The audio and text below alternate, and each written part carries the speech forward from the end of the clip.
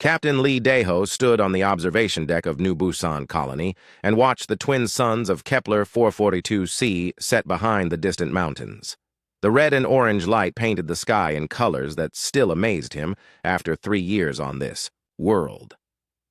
Below him, the colony bustled with evening activity as workers finished their shifts at the mining operations and families gathered for dinner.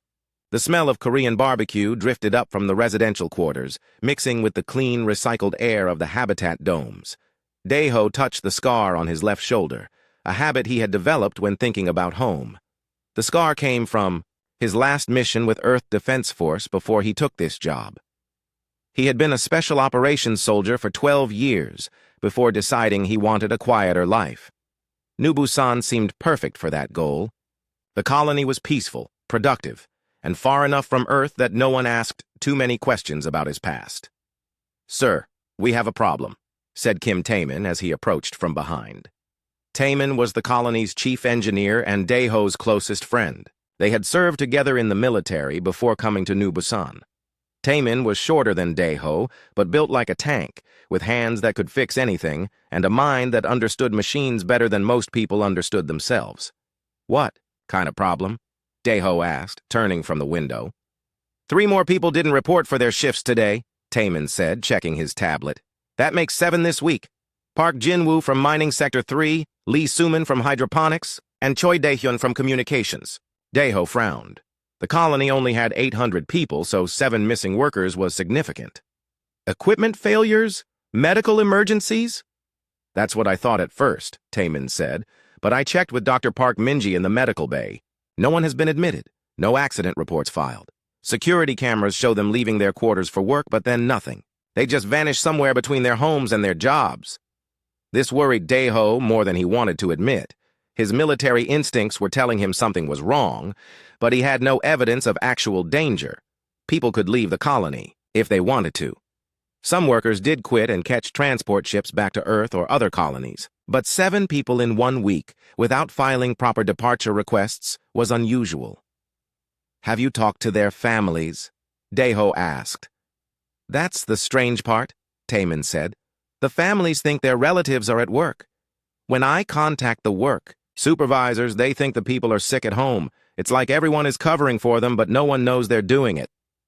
Dr. Park Minji appeared in the corridor, carrying a medical scanner and looking frustrated. She was the colony's xenobiologist and communications specialist, a brilliant woman who had given up a promising career on Earth to study alien life forms in the outer colonies. Her black hair was pulled back in a practical ponytail, and her dark eyes showed the kind of intelligence that missed very little. "Captain Lee, I need to talk to you," she said, glancing around to make sure no one else was listening. "I've been monitoring our long-range communications, and something weird is happening." "Weird how?" Daho asked. "We're getting interference on frequencies that should be clear," Minji said. "It's not random static. There's a pattern to it, like someone is trying to communicate but using a system I don't recognize. Also, some of our satellites have gone offline, the ones monitoring the outer system." Taemin and Daho exchanged looks. Military training had taught them both to recognize when small problems might be part of a bigger picture. Missing people, communication interference, and satellite failures could be coincidence, but Daho's gut told him otherwise. "Show me the communication logs," Daho said. They walked to the communications center, where Minji pulled up displays showing signal patterns from the past week. The interference looked random at first, but when she played it through the computer, analysis programs, clear patterns emerged. Someone was definitely trying to communicate, but using technology that didn't match anything in the colonial databases. "Have you tried standard first contact protocols?" Daho asked. "That's what worries me," Minji said. "I did try basic mathematical sequences and universal greeting patterns. The interference stopped for 6 hours after I sent the signals. Then it came back stronger, like whatever is out there was studying what I sent and learning from it." Choi. Nara entered the communications center carrying a hydroponic nutrient sample. She worked in the agricultural domes and knew every tunnel and maintenance shaft in the colony better than anyone else. Nara was tough and practical, the kind of person who could grow food in impossible conditions and fix problems with whatever materials were available. "Sorry to interrupt," she said, "but I thought you should know that some of the workers have been asking strange questions." "What kind of questions?" Deho asked. About the colony layout, Nara said. Specifically about security patrols, shift schedules, and which areas are monitored by cameras. When I ask why they want to know, they say they're just curious. But the same questions from different people in different departments? That seems odd. Deho felt the familiar tightness in his chest that came before combat situations. His instincts were screaming that the colony was under some kind of surveillance or infiltration. But by whom? And why? Taman, I want you to run full diagnostics on all our security systems, Deho said. Check for any signs of tampering or unauthorized access. Minji, keep monitoring those communications and try to get more information about the source. Nara, I need you to quietly check with your people about anything unusual they might have seen. What about the missing workers? Taman asked. We search for them, Deho said. But carefully. I want teams of 3 minimum, and everyone stays in communication. If someone is taking our people, I don't want to give them more targets. They spent the next 2 days conducting searches and investigations. The missing workers had simply vanished without leaving any trace. Their quarters were undisturbed, their personal items were still there, and their families insisted they had been acting normally before disappearing. Security footage showed them in corridors and work areas, but then the recordings would skip or develop technical problems right when the people should have appeared in the next camera zone. Dr. Minji made a breakthrough on the 3rd day. She had been working around the clock to decode the interference patterns when she suddenly ran to find Deho in the security office. I figured it out, she said, breathing hard from running. The communications aren't coming from space. They're coming from inside our system, but using technology that's completely different from ours. And Captain, there's something else. I managed to isolate part of a transmission and run it through translation algorithms. What did it say? Deho asked. It was talking about hunting schedules and prey quality assessments, Minji said. Whatever is sending these signals, they're not trying to make contact with us. They're studying us like we're animals. Before Deho could respond, every communication device in the colony suddenly activated at once. Screens flickered to life, speakers crackled with static, and then a voice spoke in perfect Korean. The voice was deep and alien, with harmonics that no human throat could produce. Greetings, human prey, the voice said. We are the Velkans, and we have come to honor you with the great hunt. Your species shows promise as quarry. You have been observed and evaluated.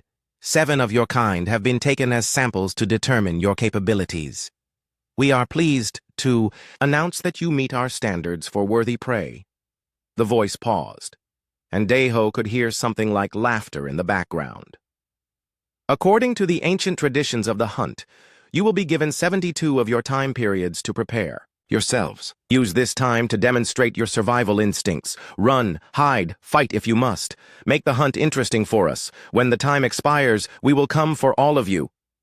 The hunt begins in 72 hours, the voice continued. We expect you to provide worthy sport.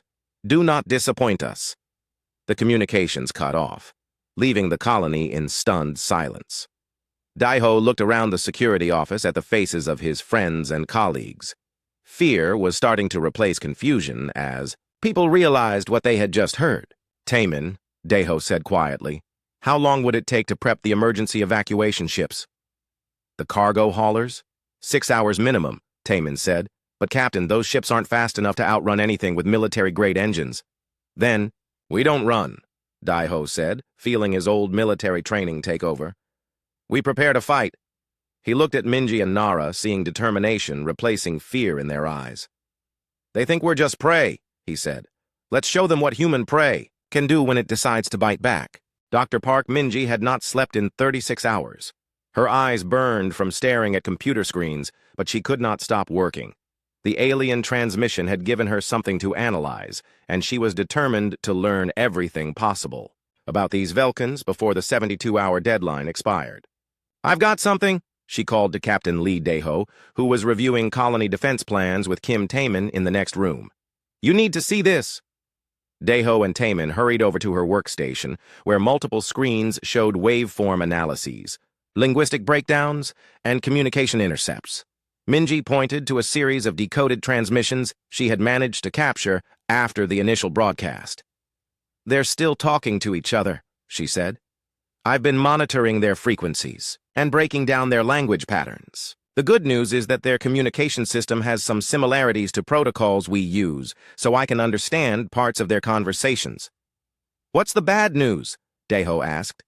They're treating this like a vacation, Minji said. Listen to this. She played an audio file where artificial harmonics translated alien speech into Korean. The voices sounded casual, almost bored. The specimens show typical prey behavior, one voice said. Gathering in groups, increased vocalization, elevated stress hormones, standard mammalian fear responses. Any signs of combat preparation? Asked another voice. Minimal. They appear to be organizing evacuation attempts, but their transportation is insufficient. Some individuals are collecting primitive tools, but nothing that would threaten a proper hunter. Excellent. This hunt should provide good training for the younger warriors without significant risk. The transmission ended, and Minji looked at Deho with grim satisfaction. They think we're helpless. They're planning to use us as training exercises for their inexperienced fighters. Taemin cracked his knuckles, a habit he had when he was angry. What else did you learn about them? They're apex predators from a species called the Velkans, Minji said, pulling up her analysis charts. Based on their communications, they've been hunting other species across the galaxy for thousands of years. They have advanced technology, superior physical capabilities, and they consider hunting to be both sport and religion. Weaknesses? Deho asked. Maybe, Minji said. Their entire culture revolves around hunting prey that behaves predictably. They study a species, learn its panic responses and survival instincts, then exploit those patterns. But they've never encountered prey that can adapt faster than they can learn. Choi Nara entered the communications center, carrying a tablet full of colony schematics. She had been working with the civilian population, organizing them into groups and teaching them to move through the agricultural tunnels that connected different parts of the colony. How are people handling the news? Deho asked her. Better than expected, Nara said. Once the shock wore off, people started getting angry instead of scared. Nobody wants to be hunted like an animal. The miners are asking if they can use their explosives as weapons. The engineers want to turn the atmospheric processors into defensive systems. Even the children are asking how they can help. Good, Deho said. Fear makes prey. Anger makes fighters. Kim Taemin spread out detailed plans of the colony's industrial equipment across a table. I've been thinking about what we have to work with, he said.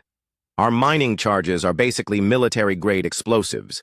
The atmospheric control systems can flood areas with different gas mixtures. The cargo haulers have industrial strength, shields, and can carry heavy loads. We also have all the raw materials from the mining operations. What are you thinking?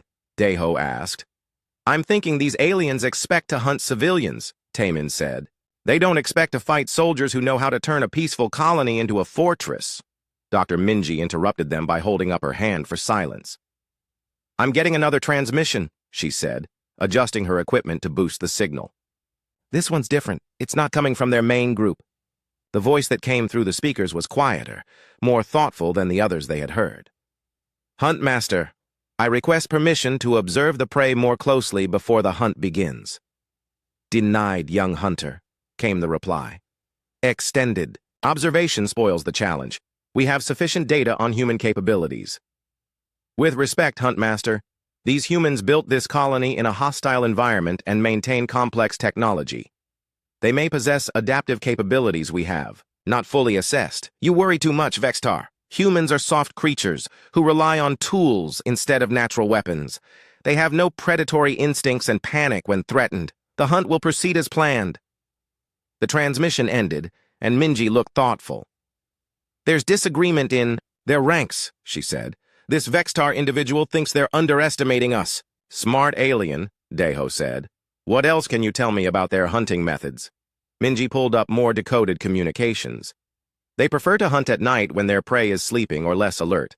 They use stealth technology to avoid detection, and usually work in small teams to isolate and capture individuals.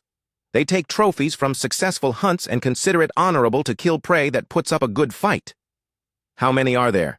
Taemin asked.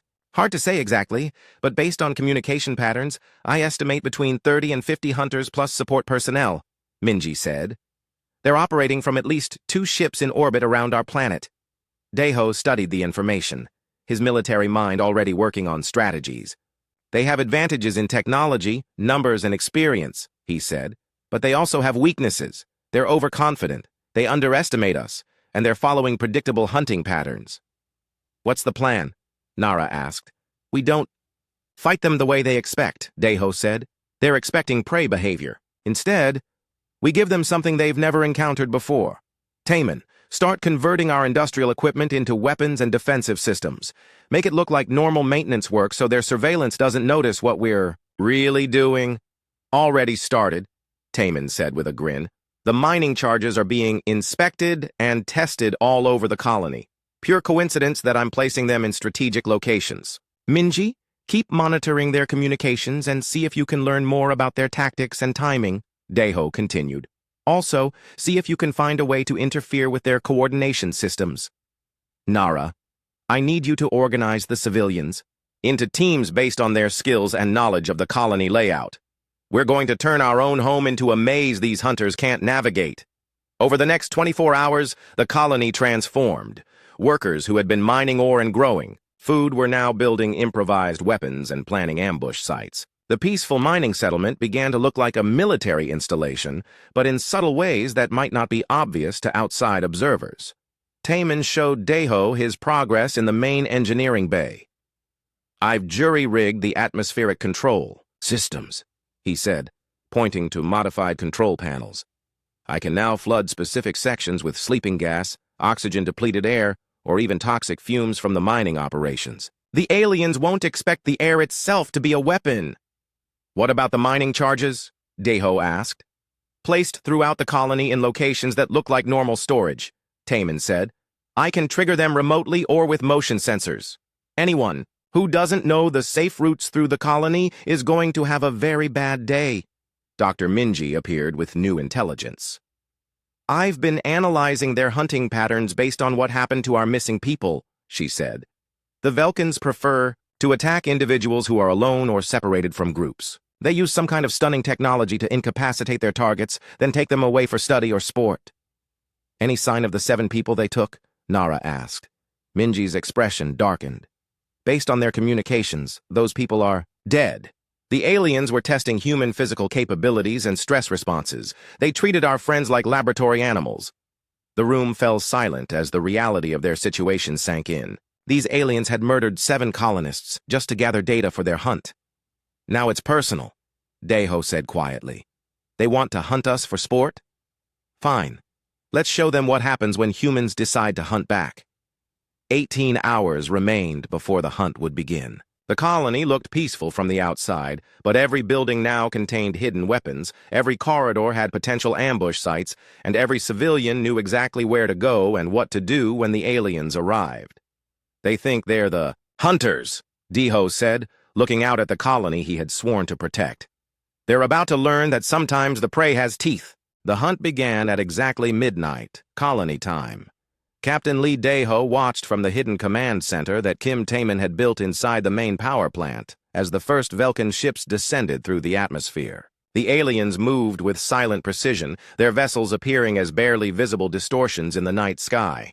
Advanced stealth technology made them nearly impossible to detect, but Deho had expected that. How many? He whispered into his communication device. I count 6 landing craft, replied Dr. Park Minji from her position in the communications bunker. Small teams, just like their previous hunts. They're spreading out to surround the residential areas. Estimated numbers? 3 to 5 hunters per craft, Minji said. Maybe 25 total for this first wave. Choi Nara's voice came through the radio from her position in the underground tunnel network. Civilians are in position and all emergency protocols are active. Everyone knows to stay quiet and follow the planned routes. Deho checked his improvised weapons one more time. Taman had done incredible work converting mining tools into combat equipment. The device in Deho's hands looked like a standard geological scanner, but it was actually a powerful directed energy weapon built from parts of the mining laser systems. Remember the plan, Deho said into his radio. Let them come to us. They expect us to run in panic, so we stay calm and wait for the right moment. Through the power plant's observation windows, Deho could see dark shapes moving between the colony buildings. The Velkans moved like professional soldiers, covering each other and advancing in careful formations. They were clearly experienced, hunters who had done this many times before. The first attack came against the residential complex where families lived. Daiho heard the soft sound of something being fired, followed by the crash of breaking glass. Emergency alarms should have sounded, but the Velkans had somehow disabled the automatic warning systems. "They're in Building 7, Nara's voice reported. "Family quarters on the 3rd level." "Any casualties?" Daiho asked. "Negative. The Kim family made it to the tunnels before the hunters arrived. The Velkans are searching empty apartments." This was exactly what Daiho had hoped for.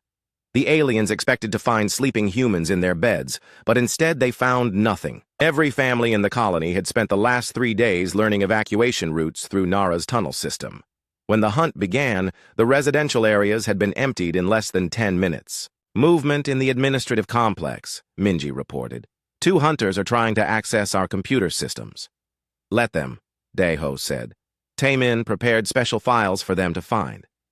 Kim Taemin had been busy during the preparation time. Any alien who tried to hack into the colony's databases would find detailed plans showing the locations of weapon stockpiles, defensive positions, and evacuation routes. The only problem was that all the information was completely false. The real weapons and defenses were hidden in places the fake plans never mentioned. "Contact at the mining operations," Taemin's voice came through the radio.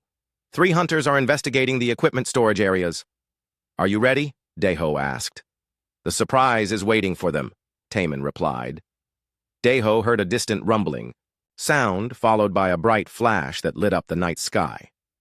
The mining storage area where the aliens were searching had just exploded. Taemin had rigged the building with mining charges designed to look like an accident. To any observer, it would appear that the aliens had accidentally triggered an explosive chain reaction while investigating human mining equipment. "Direct hit," Taemin reported with satisfaction.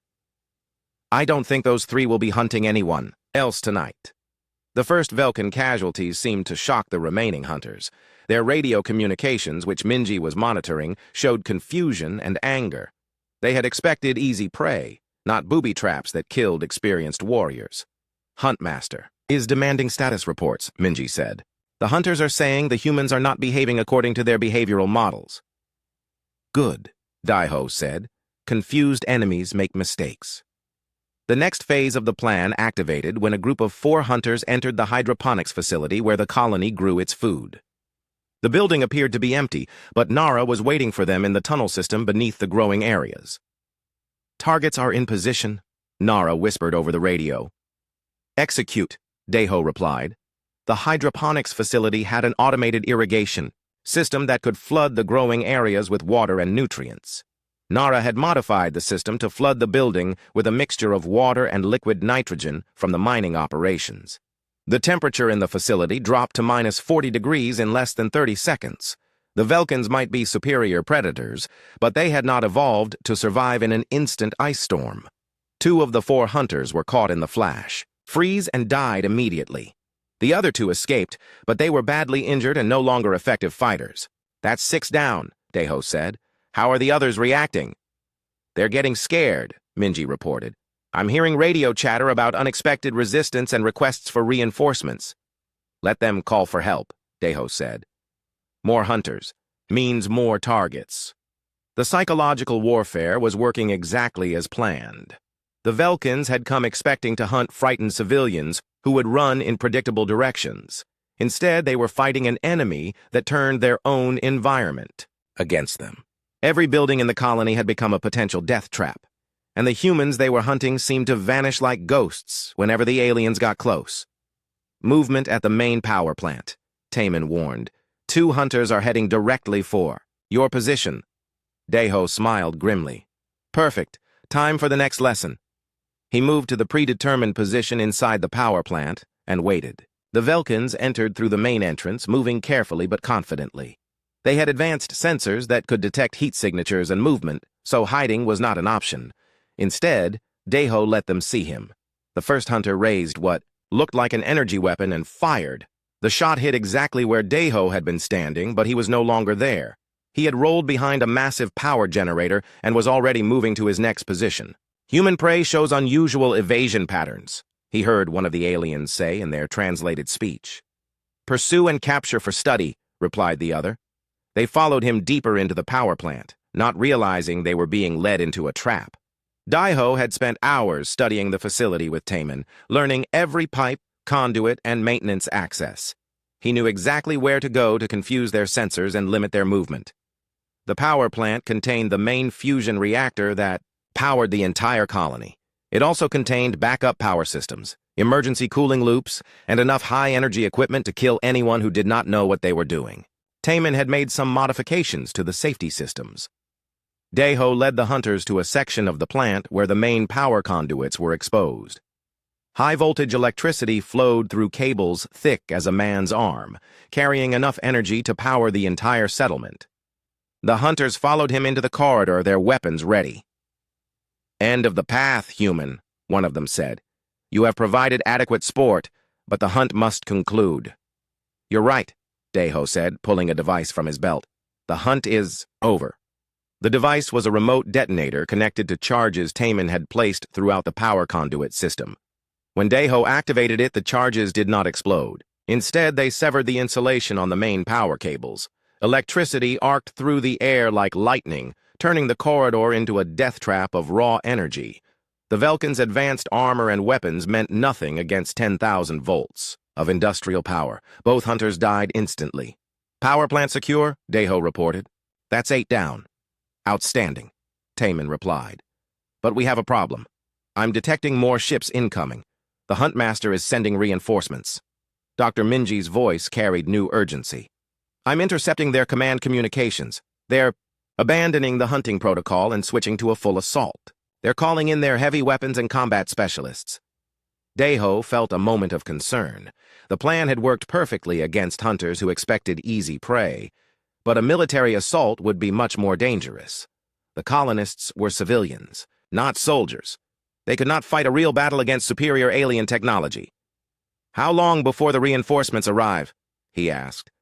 30 minutes, Minji said. "Then we have 30 minutes to finish this," Daiho said. "Taemin, are the major surprises ready?" "Everything is prepared," Taemin said. "But once we use them, there's no going back." "Nara, get all civilians to the deepest tunnels and seal the emergency doors," Daiho ordered. "This is about to get very dangerous." "Understood," Nara replied. "Good hunting, Captain." Daiho smiled at her choice of words. The Velkins had come to New Busan expecting to hunt helpless prey. Instead, they had discovered that humans could be very dangerous when they decided to fight back. The real battle was about to begin, and Daiho intended to show these aliens what human ingenuity could accomplish when survival was at stake. "Time to teach them the final lesson," he said, moving toward his next position. "Sometimes the prey becomes the predator." Sub-Commander Graal studied the tactical display aboard the Velkin command ship and felt something he had never experienced before in 200 years of hunting. 8 of his warriors were dead, killed by prey that should have been helpless. The humans of New Busan Colony had somehow turned a simple hunt into a military disaster. "Huntmaster Vextar requests permission to withdraw the remaining hunters and reassess the situation," reported his communications officer. "Denied," Graal snarled. "I am assuming command of this operation. Vextar's methods have failed because he treated these humans like worthy prey instead of the vermin they are." Graal was younger than Vextar, but came from a more aggressive faction of Velkin society. Where Vextar believed in honorable hunting, Graal believed in overwhelming force. The humans had embarrassed the Velkin Empire, and that could not be allowed to stand. "Deploy the assault warriors," Graal ordered. "Full weapons. Authorization. These humans want to fight? We will show them what war means." On the surface of Kepler 442c, Captain Lee Daiho watched new ships descend from orbit. These vessels were larger than the hunting craft, built for combat rather than stealth. Energy weapons lit up the night sky as the Velkin reinforcements began. "Bombardment of the colony's outer buildings. They're not hunting anymore," Dr. Park Minji reported from her underground command post. "I'm detecting military-grade weapon signatures and tactical coordination networks. This is a full invasion force." "How many?" Deho asked, taking cover as an energy blast destroyed the communications tower above his position. I count 40 additional warriors plus heavy equipment, Minji said. Captain, we can't fight this with mining charges and improvised weapons. Kim Taemin's voice came through the radio with characteristic calm. Maybe we can't fight them the old way, he said, but I've been working on some new ideas.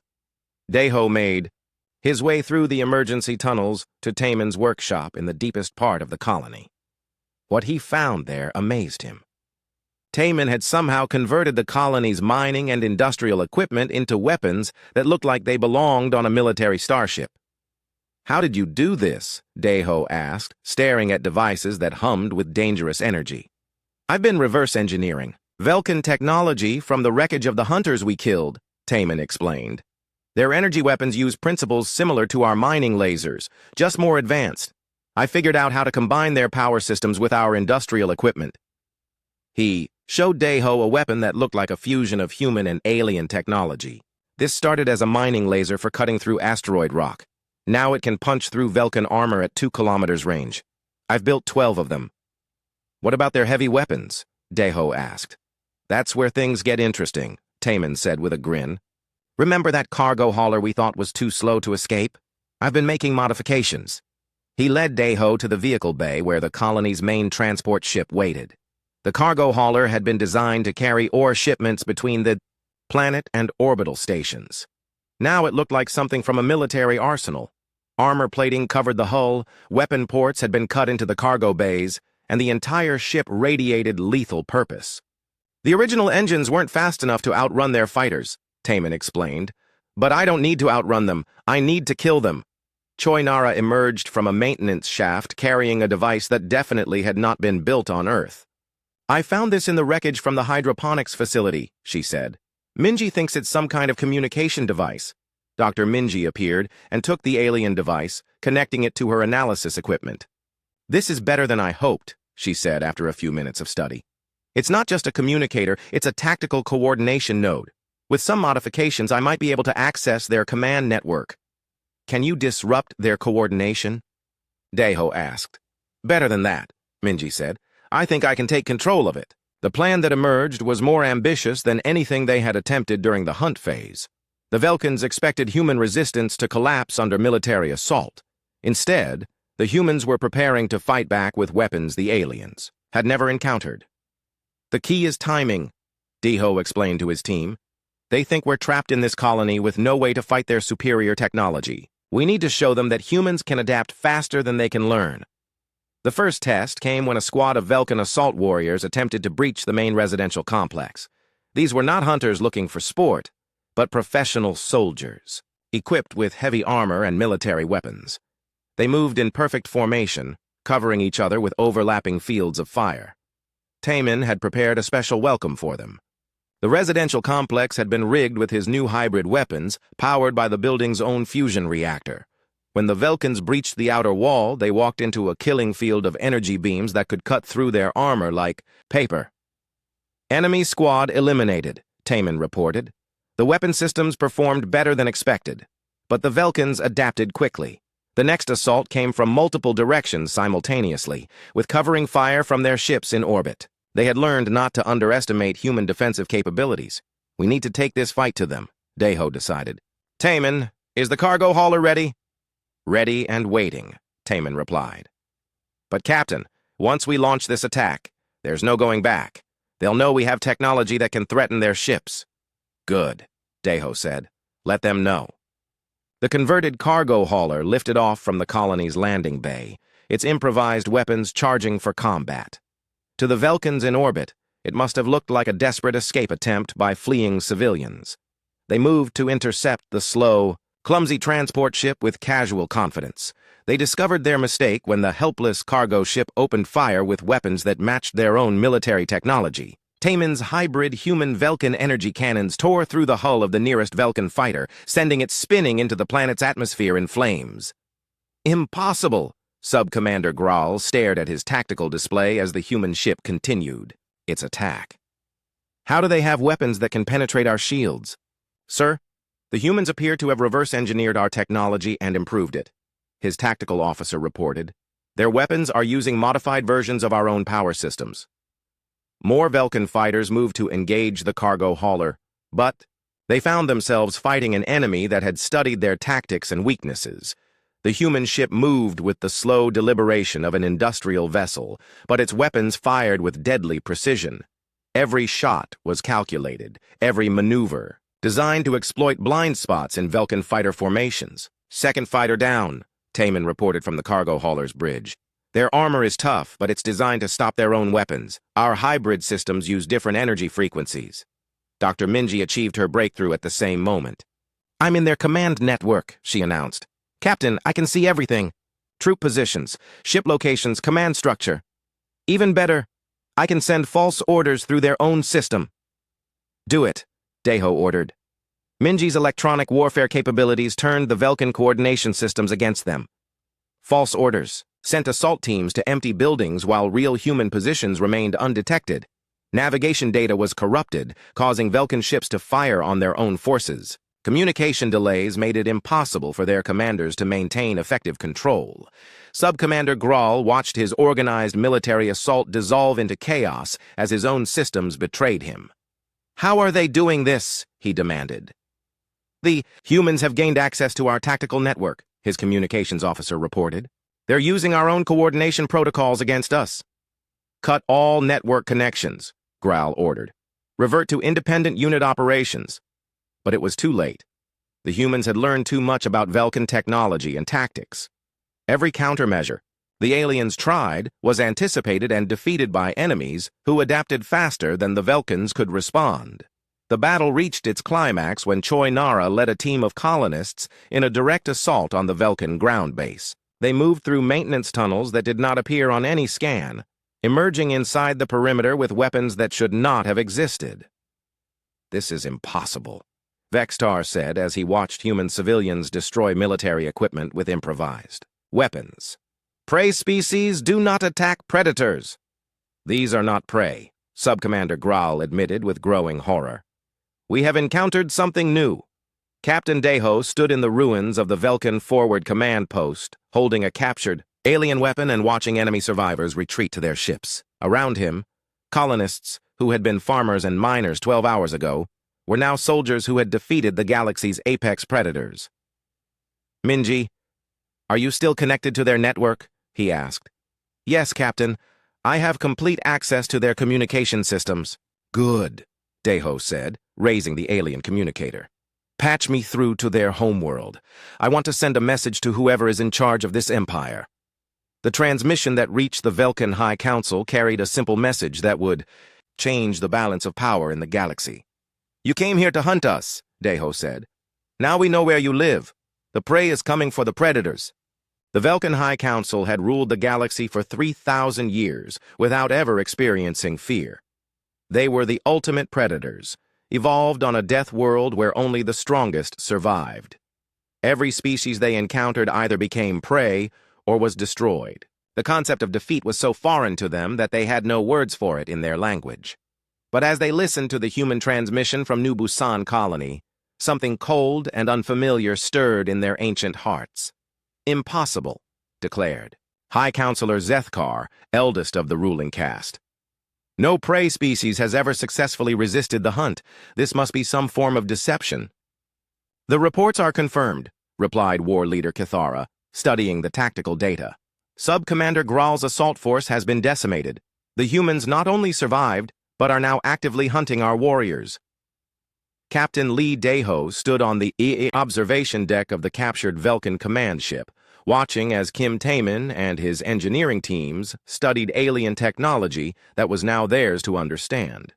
Below them, New Busan colony was rebuilding, but this time with defensive systems that combined human ingenuity with Velkin military science. "Status report," Deho requested. Dr. Park Minji looked up from her analysis console.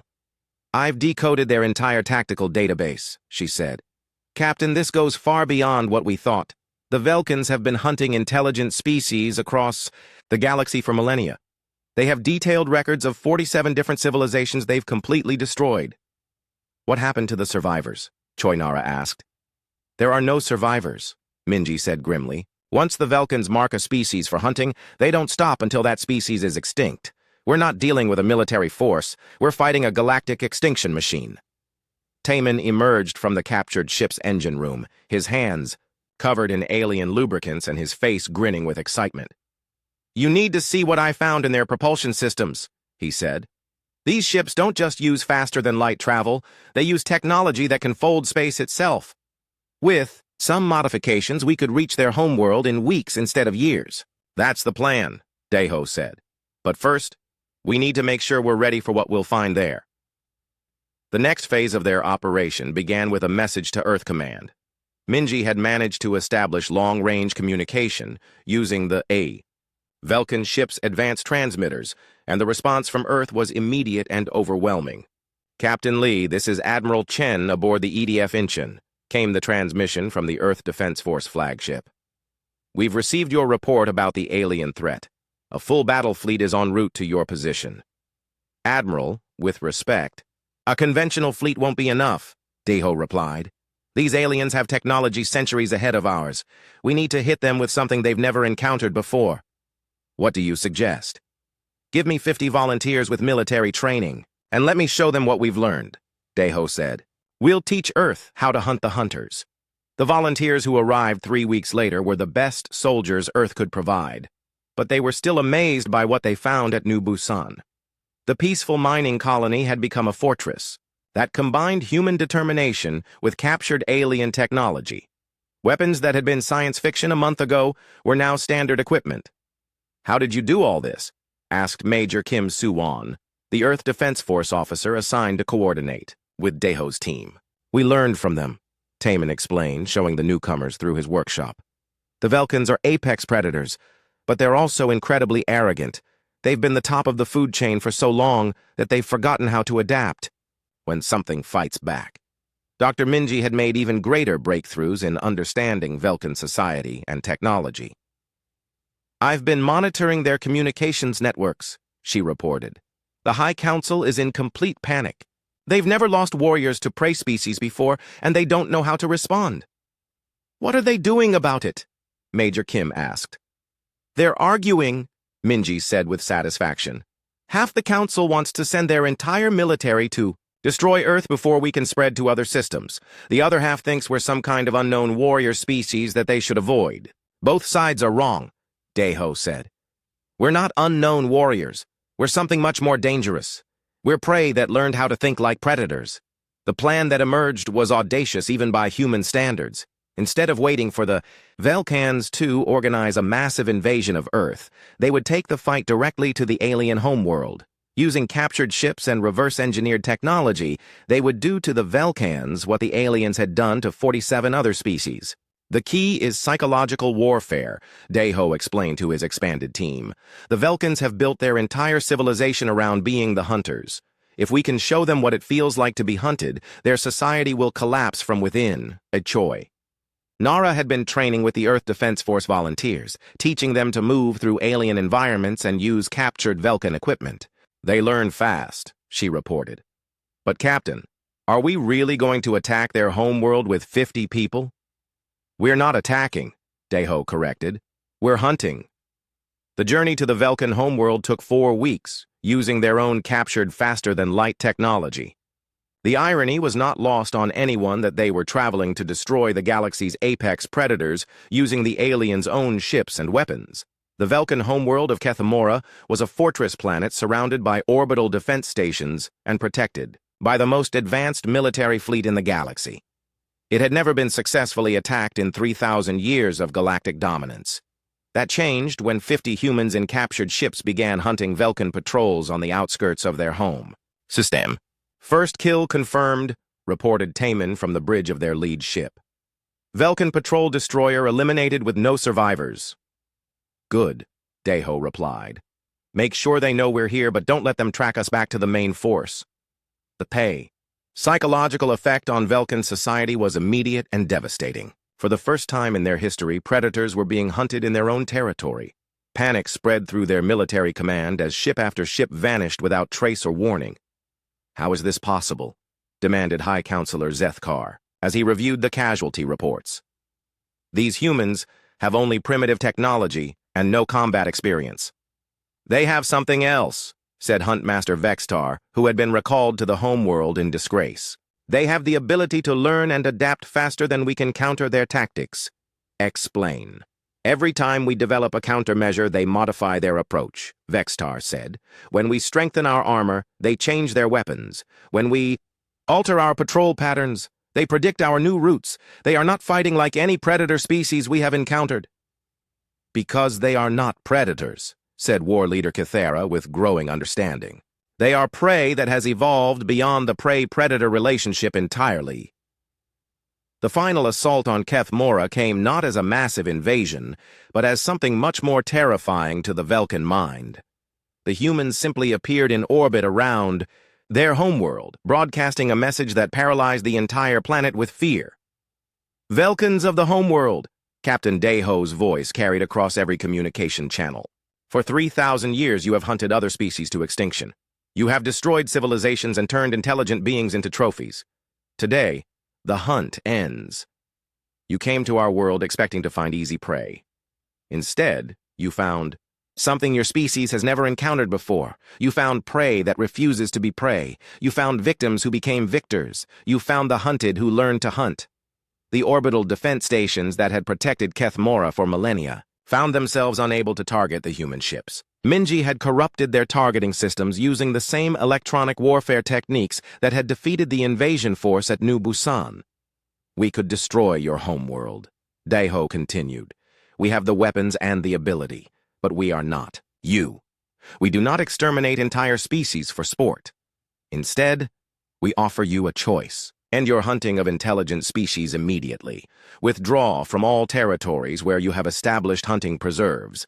Allow the species you have oppressed to govern themselves freely. Or face the consequences of being hunted by an enemy you cannot defeat, cannot predict, and cannot understand. The response from the Velkan High Council came within hours. For the first time in their recorded history, the galaxy's apex predators surrendered to their prey. Huntmaster Vextar stood before Captain Deho in the council chambers of Keth Mora, his head bowed in the ultimate gesture of Velkan submission. You have taught us something we thought was impossible, he said. You have shown us what it means to be prey. Good, Deho replied. Now you understand what every other species in the galaxy has felt when they saw your ships arrive. What happens now? Vextar asked. Now you learn to be something other than predators, Deho said. The galaxy is big enough for everyone, but only if everyone agrees to coexist.